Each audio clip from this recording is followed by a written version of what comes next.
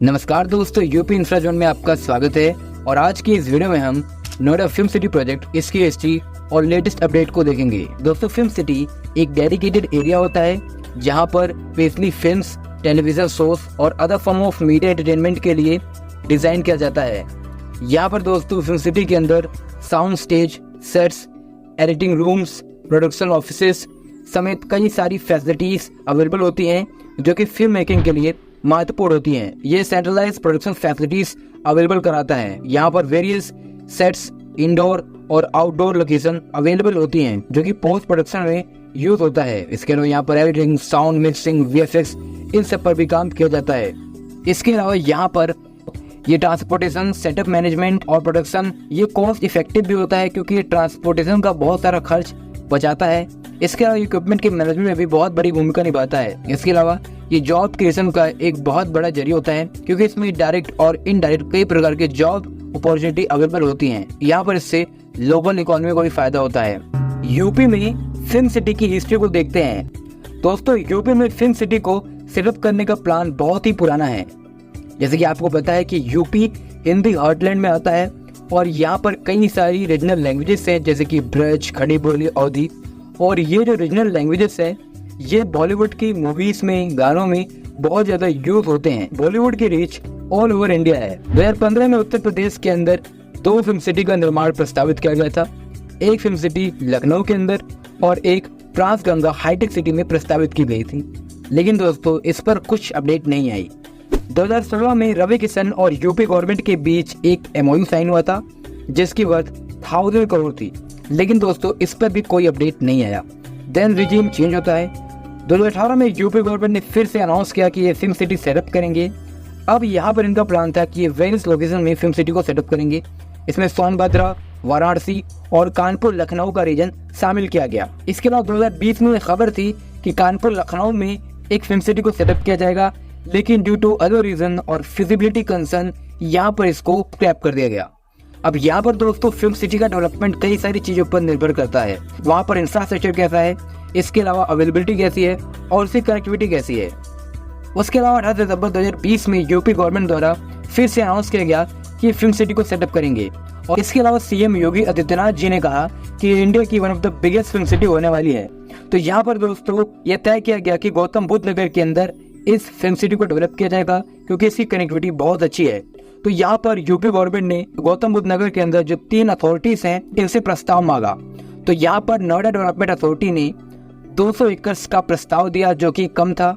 इसके अलावा greater Noida development authority ने 550 एकड़ के लैंड पार्सल का प्रस्ताव दिया जो कि कम था। वहीं Yamuna expressway industrial development authority ने 1000 एकड़ लैंड पार्सल का प्रस्ताव भेजा जो कि यूपी गवर्नमेंट द्वारा अप्रूव कर दिया गया। और यहाँ पर तय किया गया कि येडा के अंदर ही फिल्म सिटी को डेवलप किया जाएगा। Yamuna expressway industrial development authority ने सेक्टर 21 में लैंड को आइडेंटिफाई किया। देन यहाँ पर आएगा काम शुरू हुआ। यहाँ पर 22 सितंबर 2020 में प्रस्ताव रखे गए थे और इसी दिन इस प्रस्ताव को अप्रूवल दे दिया गया और येडा को चूज किया गया। यहाँ पर यह प्लान किया गया कि 2023 तक इस फिल्म सिटी को ऑपरेशनल कर दिया जाएगा। वहीं पर दिसंबर 2020 के अंदर कंसल्टेंसी सर्विस के लिए येडा ने बिड निकाला और ये bid CBRE south Asian private limited ने जीता। दोस्तों, CBRE south Asian private limited येडा को असिस्ट कर रही है और कंसल्टेंसी सर्विस प्रोवाइड कर रही है। इसका जो DPA डेवलपमेंट है इन सब में इसने असिस्टेंस प्रोवाइड की है येडा को। नवंबर 2021 में इसके लिए ग्लोबल टेंडर इनवाइट किए गए, लेकिन दोस्तों इसमें एक दिक्कत हो गई कि केवल एक ही बिडर ने यहाँ पर बिड रखा था। और दोस्तों जो बिडिंग प्रोसेस है उसमें ये जरूरी है कि कम से कम 2 या 3 बिडर बिड रखें।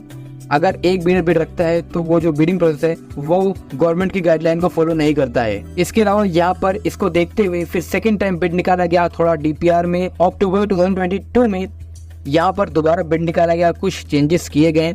इसमें जो कंसेशन पीरियड था वो 40 ईयर्स किया गया। इसके अलावा VFX और एडिटिंग प्लेटफॉर्म को भी इन्वाइट किया गया कि ये भी यहाँ पर बिड रख सकते हैं। और इस फिल्म सिटी को 3 फेज में डिवाइड किया गया। सभी फेजेस 350 एकड़ के थे। तो कुल मिला के दोस्तों यहाँ पर फिर से बिड इनवाइट किया गया और 10,000 करोड़ रुपए की इन्वेस्टमेंट यहाँ पर प्रपोज की गई।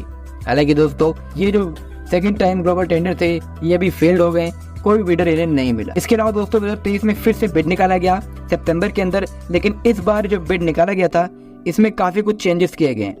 जैसे कि दोस्तों जो कॉन्सेशन टाइम पीरियड था 90 ईयर्स कर दिया गया। इसके अलावा फिल्म सिटी को 4 फेज में डिवाइड किया गया।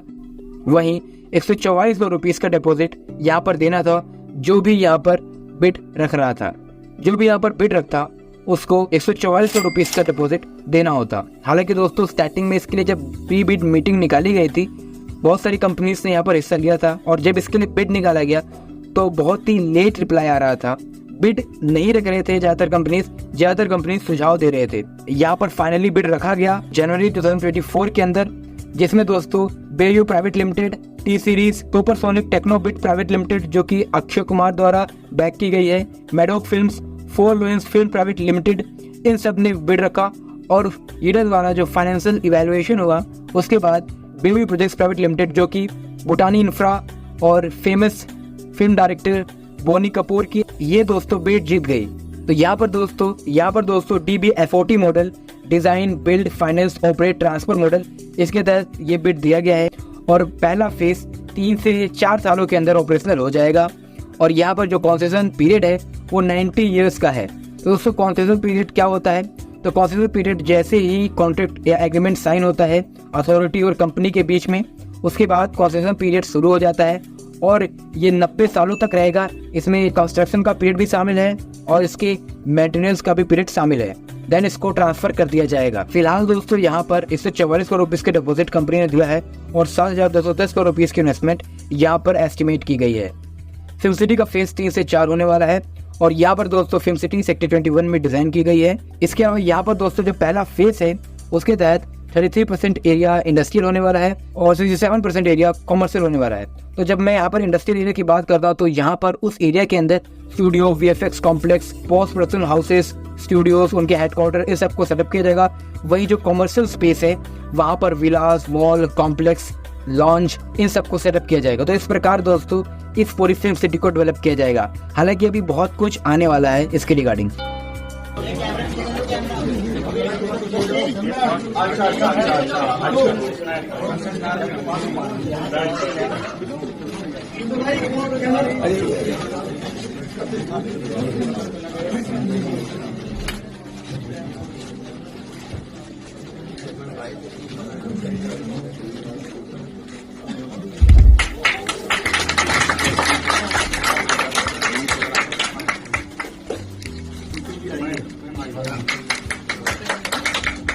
सो गाइस आज की इस वीडियो में इतना ही। अगर आपको ये वीडियो पसंद आया तो वीडियो को लाइक करें, चैनल को सब्सक्राइब करें। धन्यवाद आपका ये वीडियो देखने के लिए। मिलते हैं नेक्स्ट वीडियो में।